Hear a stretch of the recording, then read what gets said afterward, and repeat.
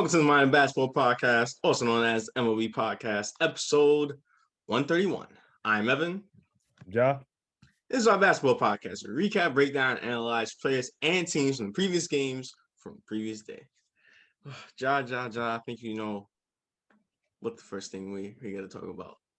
You know, somebody who deserves all the praise in the world. Somebody who has been disrespected, been the most disrespected for the past decade. Someone who was hated on for no reason. Someone whose greatness should be more appreciated. Someone who has been breaking records for the past half decade. And he continued last night with the biggest of them all. One of the biggest passers we've seen, one of the greatest scorers we've seen, one of the greatest finishers we've seen, one of the most explosive players we've ever seen play this game, one of the best rebounders we see, especially from the point guard position. And now he is officially Mr. Triple Double. Russell Westbrook last night against the Hawks officially passed Oscar Robertson, the Big O, the former Mr. Triple Double, in the all-time triple doubles list with 182 and counting. What else can we say about Russell Westbrook? What else can we say? Look, I don't know, man. I don't know, because I could tell you that. I could tell you this right now. Mm-hmm. You know, I'm not good at spelling, right? And you know, I've been through a lot in terms of education. But let me just say, it was legendary. If I could spell that out quickly, I would, but I can't. But all I can say, it was a legendary moment on a legendary night for Mr. Why Not, Mr. Russell Westbrook. Man, it's beautiful watching that man play. It might look it. It might not be beautiful, but when you see that, when you look at the final piece, it's beautiful. You know what I mean? The things that he does on the court, man. His ability, his skill, his will, his passion. Like those are things, like look at his will and his passion. Those are things you cannot teach. Those are things you cannot teach in anything in life. When it comes to competition or whatsoever, you can't test somebody's heart or passion. That's all on them. And that's what he was. That's what, and it's beautiful that he's did this, because in every triple W he's got, he has put all his heart, okay, except for one, but he has put all his heart and will into it. It's not time to do that. Hey, I'm skipping over it. All right. But man, like just like you said, this is a dude who's been highly disrespected for doing things that, let's just be honest, nobody else can do. Yeah, 100% of the league cannot do. Well, let me not say 100% the league can't do, because I feel like not the way that he has. Yeah, not the way he has. Night in and night out, season after season after season after season. There's only been one person that's done that. Oh, that was Oscar Robertson, and that was 40-something years ago. Exactly, and this is a record that people said he would never break. Like not he said he would never break, but that nobody will ever touch. Nobody in those 40 plus years will never touch. Is that record, because they said it's such a wonderful concept, and it is wonderful kind. It is something special. But what they fail to realize is history repeats itself at times. History does repeat itself, and that's what Westbrook has done. Just like what you said, night in and night out, season after season, time after time, day after day, dedication after dedication.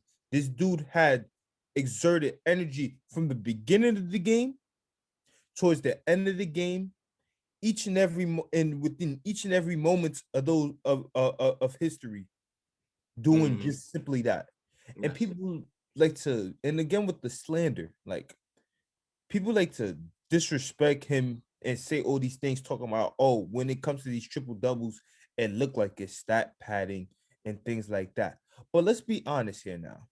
If you're saying that, you know what you're basically saying? You're basically, in my opinion, you're basically disrespecting the OG Oscar Robertson. Because if what's Westbrook doing what was doing with stat padding now, then if it's so significant, because people think that Oscar did it one time. Like they look at that one season. I want to know, Oscar Robertson did this multiple times. Yes. He did this triple double thing multiple times, just like Westbrook. But yet Westbrook gets slandered while he's up in the monumental legendary stats, which he highly deserves.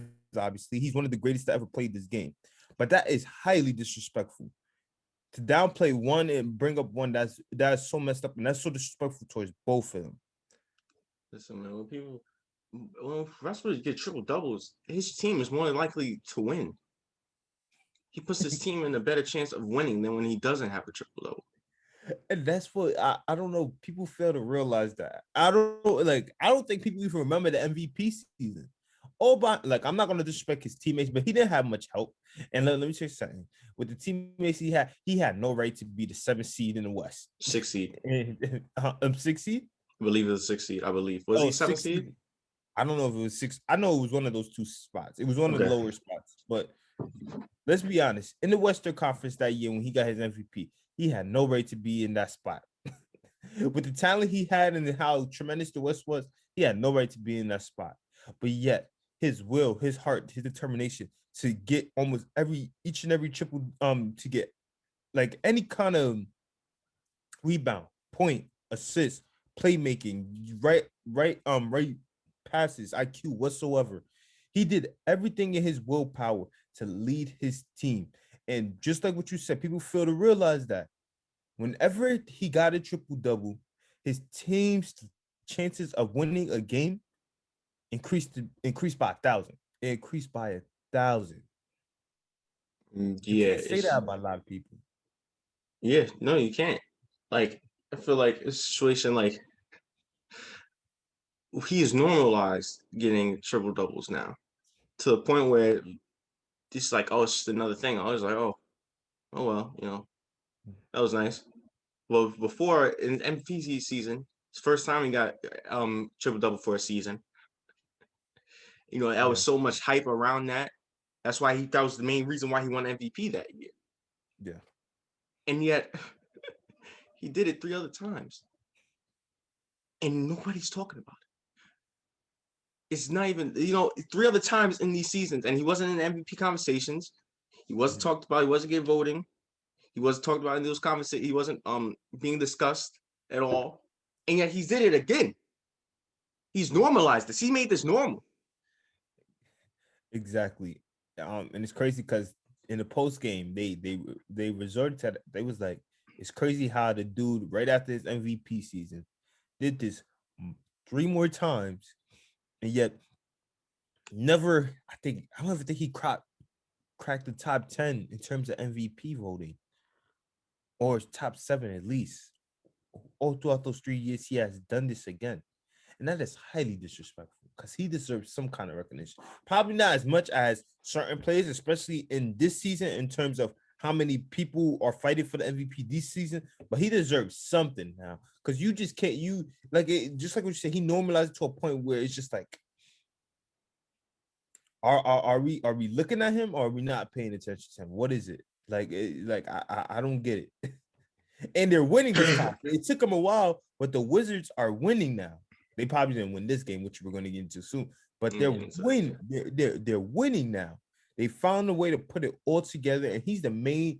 He's right behind Bradley Beal as the main reason for this team.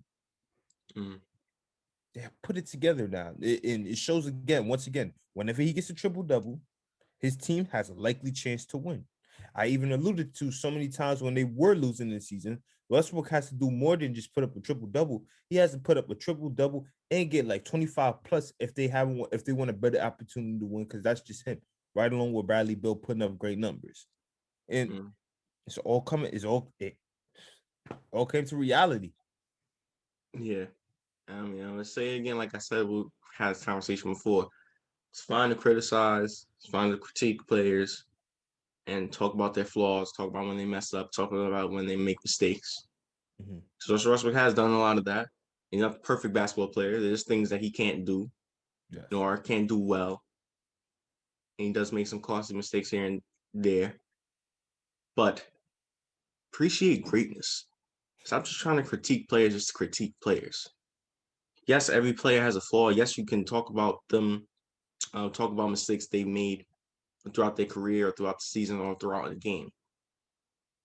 But when we have a player like Russell Westbrook, appreciate his greatness, appreciate what he's done for the game, appreciate what he's done for the league. Because there's not going to be a lot of players like him. Like, let me say something. With the way he went, I don't think there's going to be a player like him in a long time, in a really long time. And just like what you said, people, I don't know if because it's today's world in which social media and stuff has cloud people's judgment, but people continue to do the common exact thing that you just alluded to. They hate on greatness in the moment. They don't know how to appreciate greatness while it's here because they fail to realize, embrace while it's here because it's not going to go on for long. It's not going to happen for long. It has to eventually come to an end. As unfortunate as it is, it has to come to an end. If you don't appreciate it now, you're going to be sitting and wondering, like, damn, this dude was really good. Why did I hate on him so much? Yeah, it's like they know him personally. Like he did something to them. Exactly. Like they carry this with him. Hey, it's just mind body so ridiculous, man. It's really ridiculous. Hey, but again, it's more jealousy and less envy. I tell you that. It might be, and like I said, if stat pad and all that, why hasn't there haven't been a lot of players doing things that he's done? You think he's the only? Think he would be the only player since he's stat padding, right? He's the only player that would ever stat pad. He's the only able that tries stat pad. Why has there not been other players that has done this in the past? Because they can't. Yeah. In my opinion, the only person who could probably do it was Braun, and that's it. That was the only person who I feel like could do it if he wanted to. That's it. But nobody else can. Like, no disrespect to anybody else, no matter how great or physically gifted they are, or how talented they are at the game. Nobody could do what Westbrook does, except He's for Braun. He's one of the most sensational generational players I've ever watched. Mm-hmm. I'm glad that I was able to watch Russell Westbrook play. Mm-hmm. Yeah, so congratulations to Russell Westbrook. Well, you got something else to say? Yeah. And just real quickly, I just wanted to say this. In terms of the guard position, he has most definitely moved up there into top 5 most impactful guards to ever play this game. Right in the list of Kobe, MJ, Magic, and now Steph.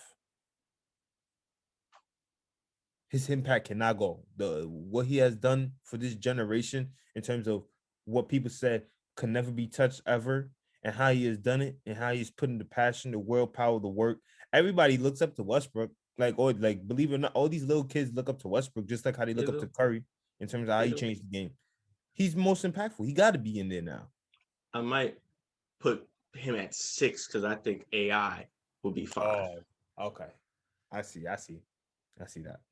And there's also an argument they can make about Kyrie as well. But that's another debate.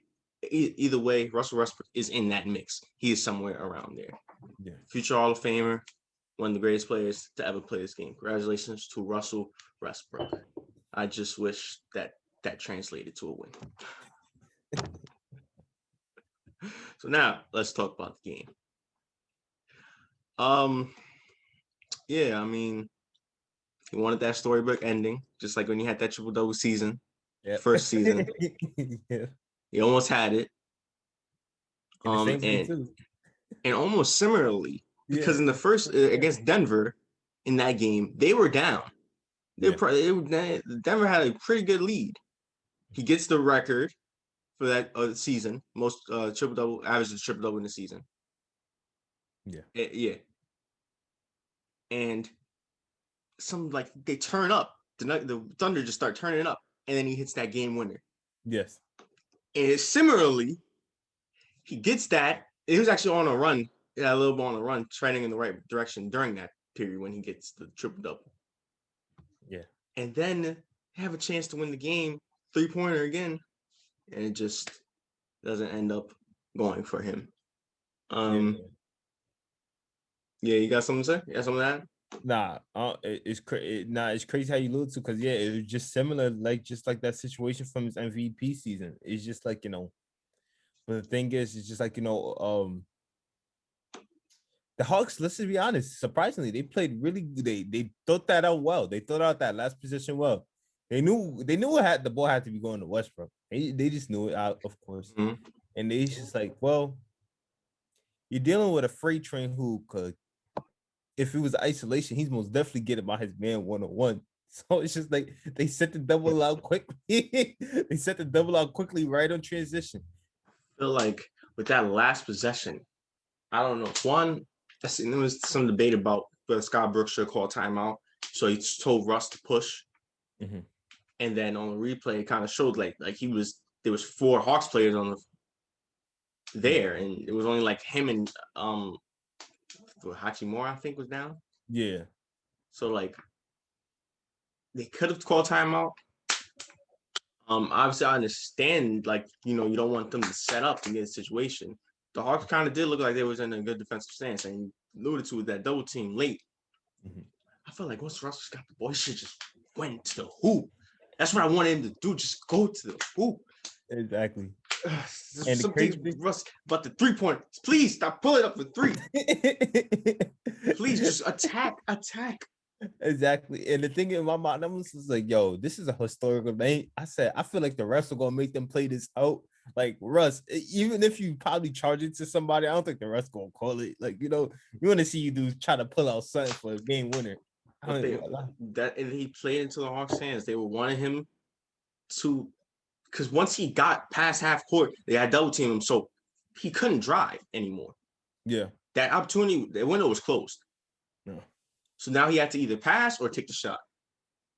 And either way, played into the Hawks' hands. The Hawks were fine with getting the ball out of Russell Westbrook's hand, and they were fine with him taking the 3-point shot. He's very inconsistent on the 3. Not the best. He's not the great 3-point shooter. Yeah. So I feel like once he got the ball from that great stop, the Wizards, just go. Yeah, man. Yeah. I wish he would I like pushed it up more, but it's tough when you're going against that defensive pressure Mhm. at that point, because he basically, by the time he crossed up half court and he knew that he was getting double, he slowed it down. You could clearly see he slowed down his momentum, which he knew. Then he should have passed the ball. Yeah, for all that, like, and sometimes you wish like a really great shooter like Bertans was like right beside him, because just like what you said in that run that they made, because the Hawks had a drought in which they couldn't really score, and that's how the Wizards really got back into this game. Bertans was hitting 3 after 3. Ish Smith jumped up so high to block Trae Young. Oh, the bunnies came out, but yeah, like, it was just beautiful transition game from the Wizards within that fourth quarter, within that run to make it a close game. Yeah. And man, you sometimes you wish like I'm not gonna lie, looking at that last possession, even though I was watching this in my mind, I was thinking about what happened with that game against Denver. I was like, and what a perfect ending to That really was a perfect ending to that game. to a storybook night. And then, like, that's the thing that was playing in my mind. I was like, if he makes this, I swear I hope I hit that in my head. And it was just like, dang it. Oh man. But yeah, unfortunately it didn't go that way. And yeah, the Hawks were up big because they had a big third quarter. Mm-hmm. And that was because, I give credit Trae Young, because he had himself a great game. Yeah. Give some credit to John Collins. So he had himself a great game. King Capella, I mean, talk about King Capella all the time. He had himself another great game. Not in terms of scoring, but of course rebounding and defending. It's his 2 best attributes. And when he's having 22 rebounds and 4 blocks, or 5 blocks, whichever, or I mean, what else can you ask for from that man? And yeah, and eventually, a great fight by the Wizards without Bradley Beal. They needed this game. They're trying to clinch the play-in spot. The Hawks needed this game as well. They're trying to catch up to the Knicks and get a home court for the first round and the 4th seed in the playoffs. So it's a big game for both. The Hawks, great defensive play towards the end, and then they got the win. Yeah. Sadly, on Russell Westbrook's historic night. What an unfortunate ending to a story. That OKC announcer is hilarious.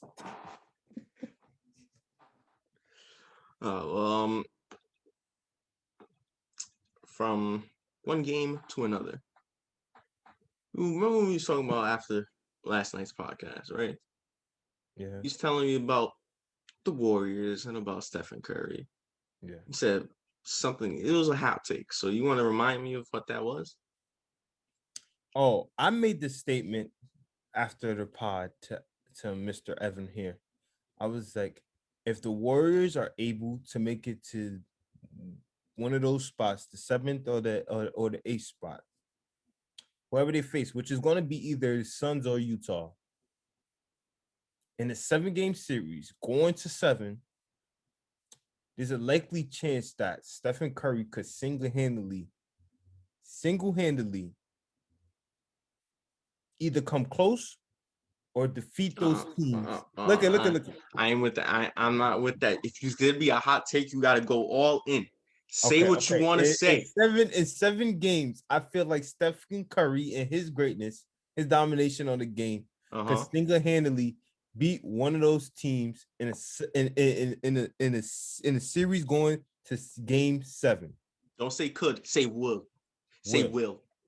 Say he will. Say the Warriors will. Say it. Say it. That's what you want to say, right? Yeah, that's all I want to say. They will win. If it goes to a game 7, they will win. If it goes to a game 7. You're trying your best to give the hot take, but not give the hot take. When you give a hot take, you gotta go all. You got all go. Okay, they will win. There we go. There we go. There we go. Here to hear. Hot take from Ja. If the Golden State Warriors get into the playoff 7th or 8th seed, he believes that they will beat the Jazz or the Suns in a 7-game series. That is a really, really, really big hot take. But going in 7 games though. It has to be 7 games. Not no 6. It has to be 7 games. Yeah, it has to be. It's impossible if it's less than that. Well, all right. Well, if Curry's playing like this, they definitely have a chance. Curry was Curry last night. Curry was Curry last night. Yes, he was. And man, and the rest of the Warriors fed off of that. I mean, they had so much energy and they was lively, and they was up big against this Jazz team. I mean, Jordan Poole with the half-court shot at the end of the 3rd quarter. Yeah, and it looked like this is about to be a very convincing win. Yeah, the Jazz being the Jazz, we have talked so many times. They just never, ever give up. Yeah, man. Almost like a nuisance. Look, I'm sorry, but I had to do this. I got to bring down one team to bring up another. And let me tell you something. This is different from the Celtics, in which they do that fake fourth quarter comeback. This is the Jazz we talking about. They really, truly put in heart from the beginning to the end. Yes, they never give up. They always find some way to always fight back with the effort and energy they put in since the beginning of the game. Like this Celtics up in Massachusetts. Well, chill out. I don't know what the hell is going on, but they giving them fake ass miracles, bro. I'm just saying. I'm sorry. No, I do feel you on that though. Yeah, they really do. But continue with the Jazz. But yeah, just like what you said, fourth quarter comes, you can never count this Jazz team out. They're always fighting, finding some way to get back into the game. And Jay Clark, Jordan Clarkson, my gosh, he had himself a big night. What happened? It was so disrespectful what he was doing single-handedly. He was really trying his best. Yeah, man. 6th man of the year. Oh, 1,000%. It's not even a big 1,000%. He should be unanimous. Just imagine if there's somebody vote for Schroeder one time. Oh wait, he was a starter. I can't even say him. He was a starter. Thank you. I can't think of. I believe Chris Boucher was a 6th man, but then he became a starter. I believe Terrence Ross was a 6th man, and then Orlando traded everyone, so he became a starter. They might end up still rolling for Terrence Ross, even though he like you don't. There's no way Terrence Ross. He should get some talk, not a vote. But He should get some talk. Voters don't like to make history. They don't want to make certain people unanimous. So like you know. But Terrence Ross not gonna get. He's not gonna get any votes. Yeah, that's true. And I kept trying to think of 6 men. He's really the best. I mean, D Rose. Oh yeah, D Rose, yeah. But nah, Jordan Clarkson is 6th man of the year. Yeah, for sure. And yeah, he was proving that last night. He had 41, and he was really, really keeping this Jazz team in this game, along with Bogdanovich as well. Yes. But Jordan Clarkson was really just a menace, and they got up. They came back and were up by 1. Curry missed a 3-pointer. The Warriors got the rebound, and you let him get another chance. Do you think he's gonna miss twice? And I don't remember who was guarding him. I don't know if it was Jay Clark or someone else, but that was stupid. Like, why would you leave him? They got the rebound back, and it's just like, oh yeah. In my opinion, the moment they get another rebound, oh yeah, attention should go back to getting back to Curry. In my opinion, I'm sorry. Like that man should not get the ball.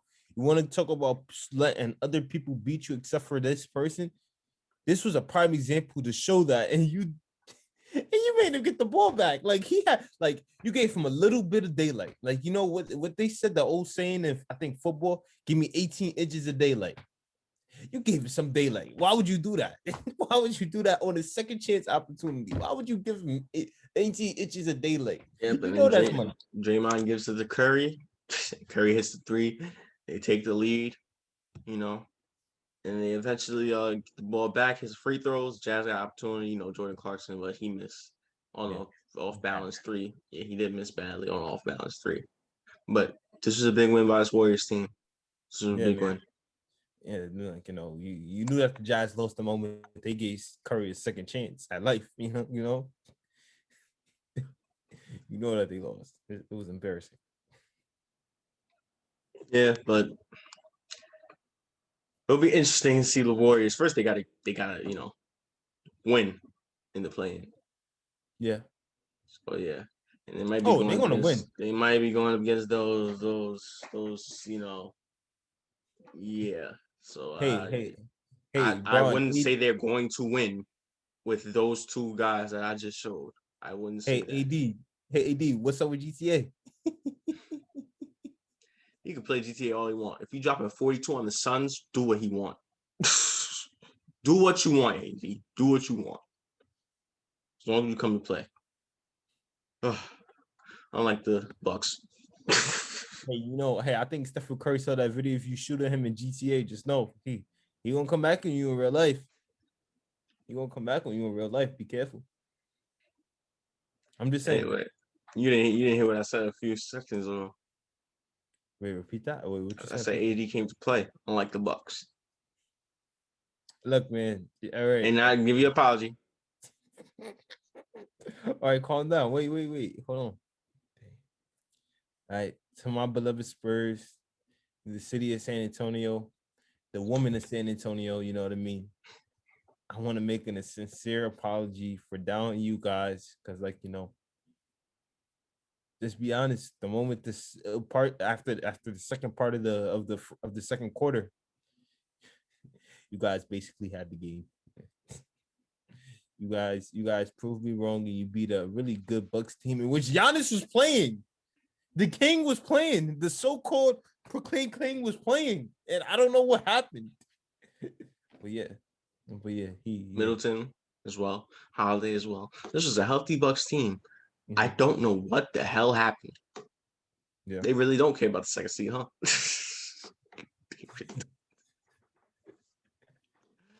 But my goodness, man, they got smacked.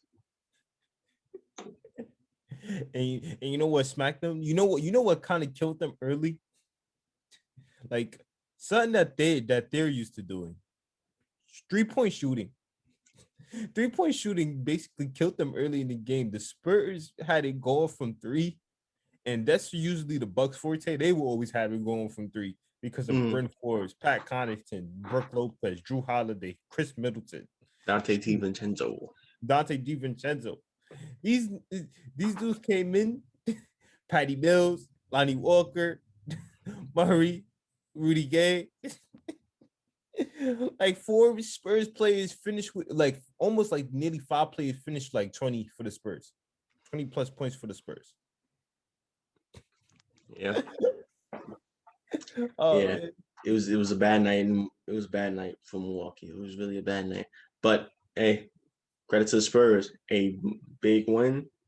You know, you're still talking about they haven't clinched anything yet. So no matter how far, you don't let up. Yeah. You gotta keep winning. You gotta clinch. Yeah.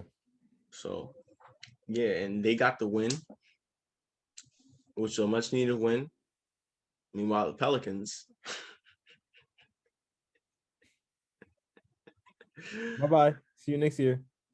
No. I thought you said the Pelicans have a chance, huh? I thought they did.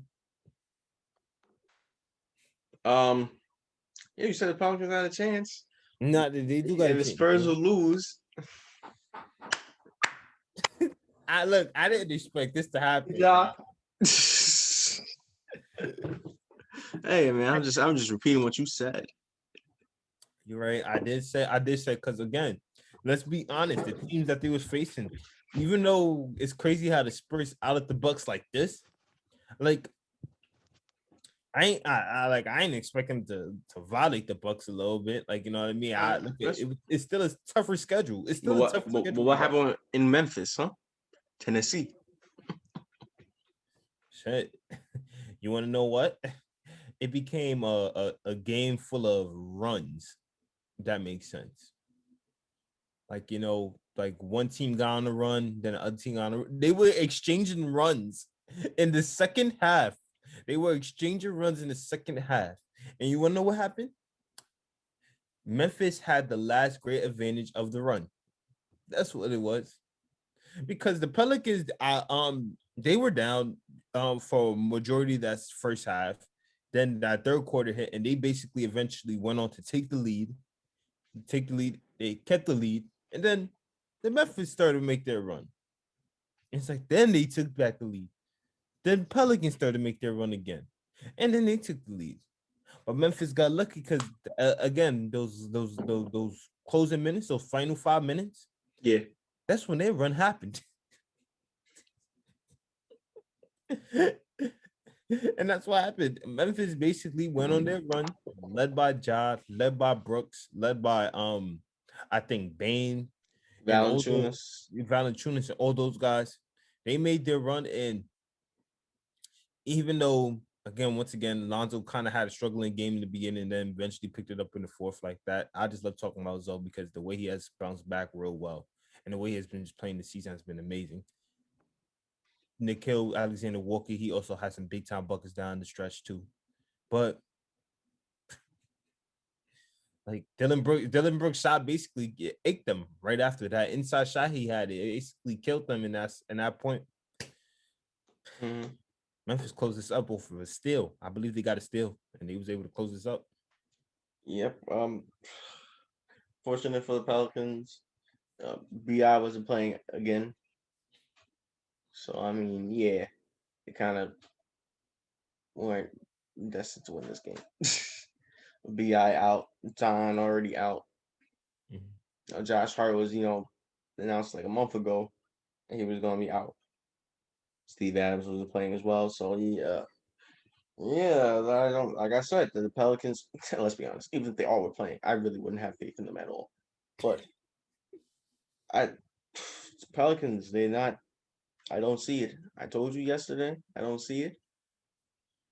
Well, I think this should be a short-lived prediction. Yeah. Oh,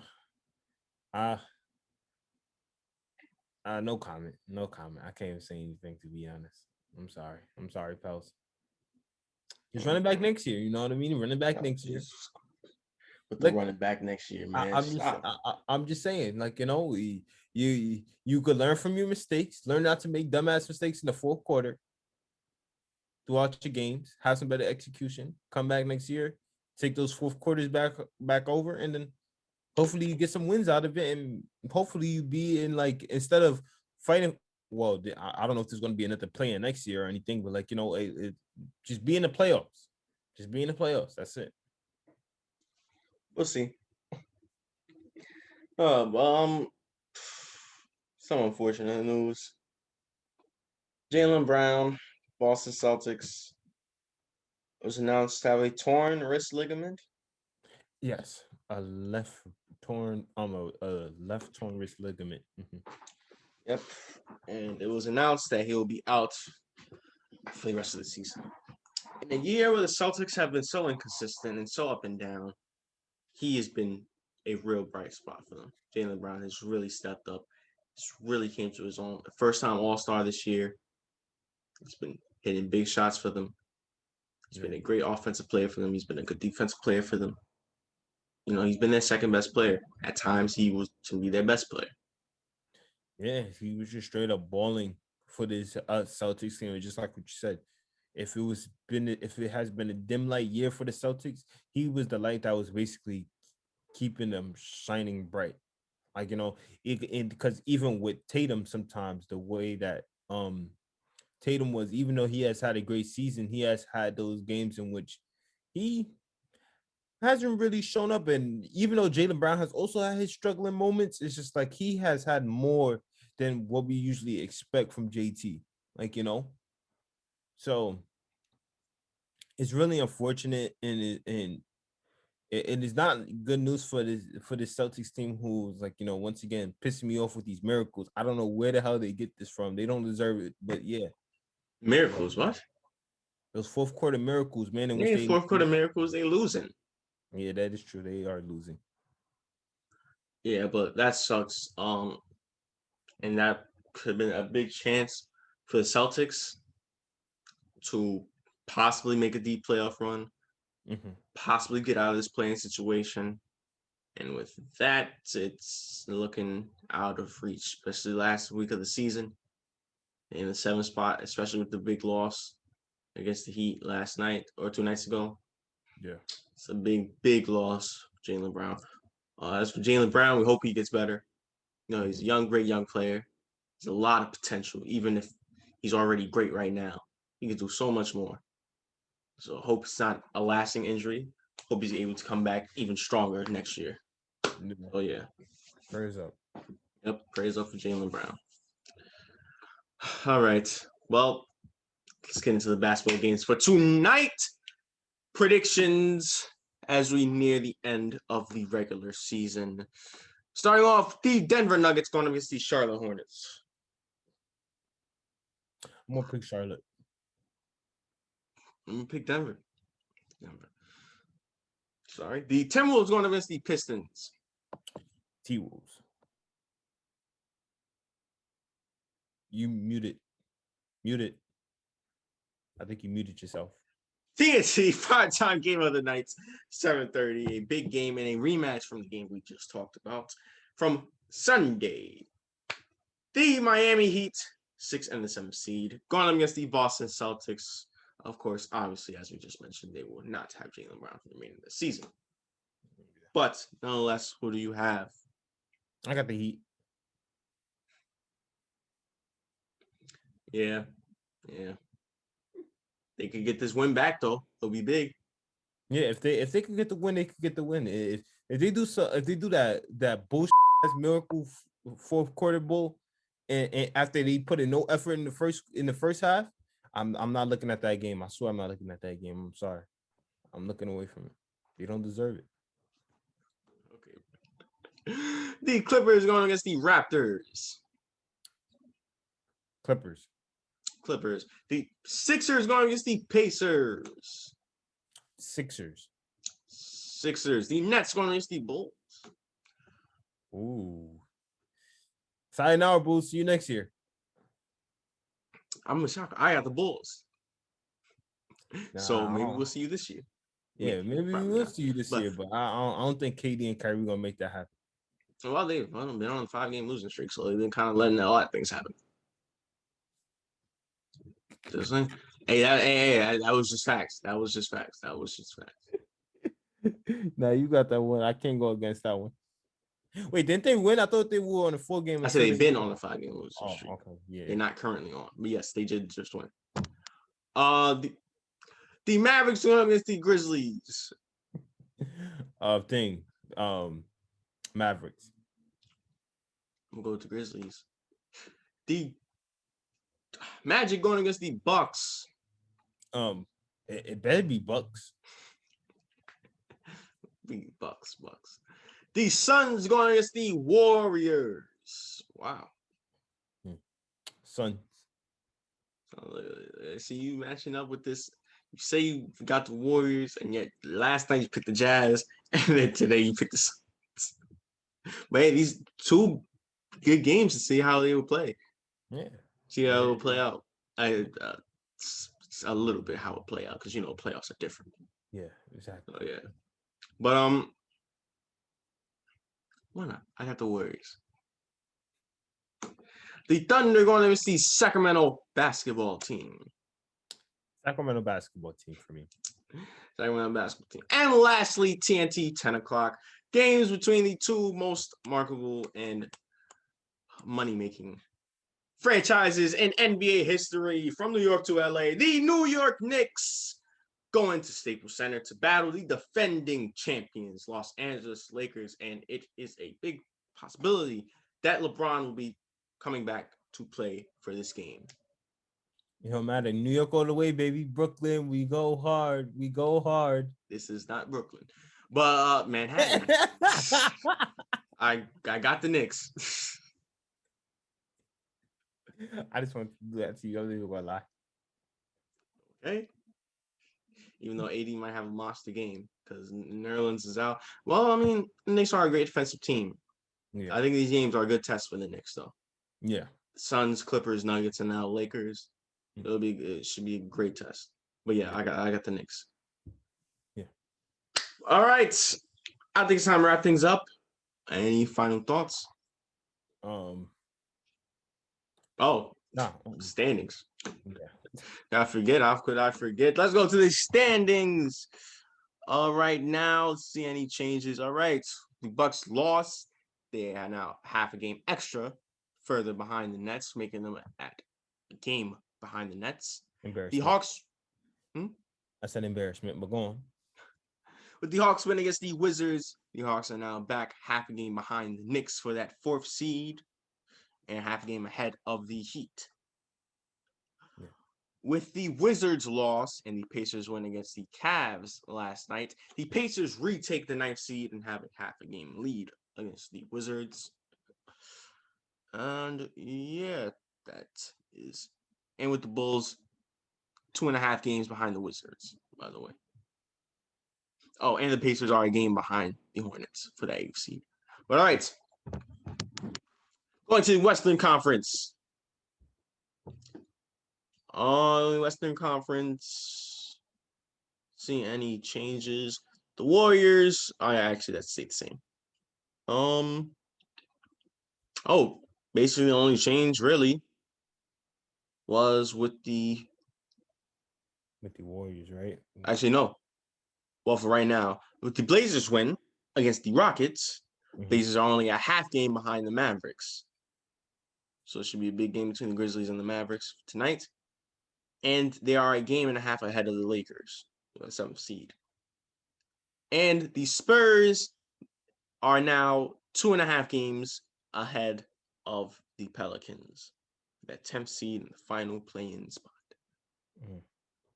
Well, again, we know that the Mavericks are going to beat the Grizzlies, so they're going to have that 5 spot for sure.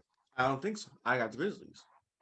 Okay, you don't think so, but we know. It took a 3-point floater for him to beat the Grizzlies last time.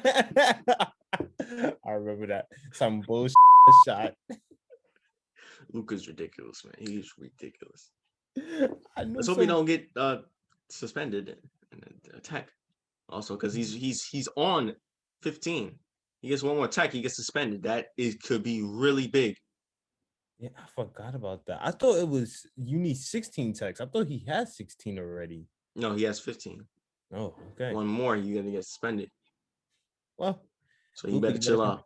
He better Yeah, not Boy say a Wonder. word. Exactly. Boy Wonder looking like what thing? What did Montrezl Harrell say to him in the playoffs?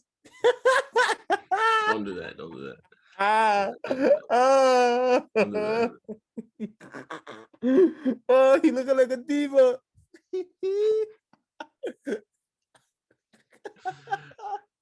When did he say that? When did he say that? Well, he didn't say diva, but he says something else that I don't want to repeat. Yeah, you shouldn't repeat. Yeah, Nah. You shouldn't repeat that. Look, we better control that temper. He should. Hopefully he does. Because like I said, it could be really crucial to Mavericks playoff chances, playoff playing chances. Well, don't worry, Tim Hardaway's just gonna step up anyway and win the game for them, so it don't matter. We'll see. Yeah, we'll see. Let's just watch. All right. That being said, thank you guys for tuning in for today's podcast. Thank you guys for watching. Make sure to tune to tomorrow's podcast. Make sure you like, share, subscribe, comment, give us feedback, support the channel, all that stuff. Of course, and follow our IG and our TikTok down in the description below. Yep. Once again, I'm Evan. I'm Ja. This is the Mind of Basketball podcast. And congratulations to Westbrook again. One of the greatest players of all time. Yep.